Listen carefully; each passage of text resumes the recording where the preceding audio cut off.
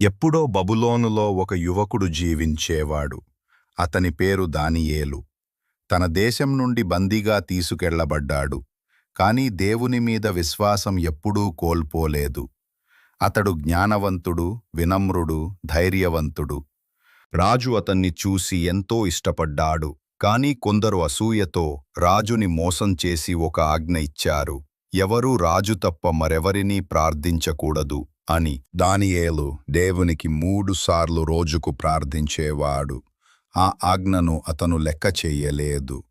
దేవుని మీద విశ్వాసంతో ఆయన ముందే మోకరిల్లి ప్రార్థించాడు. దానియేలును సింహాల గుహలో వేసేశారు. ఆ రాత్రి రాజుకి నిద్ర రాలేదు. అతడు మనసులో దేవుని దగ్గర ప్రార్థించాడు. దానియేలు, దేవుడా, నీ సేవకుడిని కాపాడుము. ఉదయం రాజు గుహ వద్దకు పరుగెత్తి వెళ్ళాడు. దానియేలా, నీ దేవుడు నిన్ను రక్షించాడా అని పిలిచాడు. గుహలో నుంచి స్వరం వినిపించింది, అవును రాజా, దేవదూత సింహాల నోళ్లను మూసేశాడు.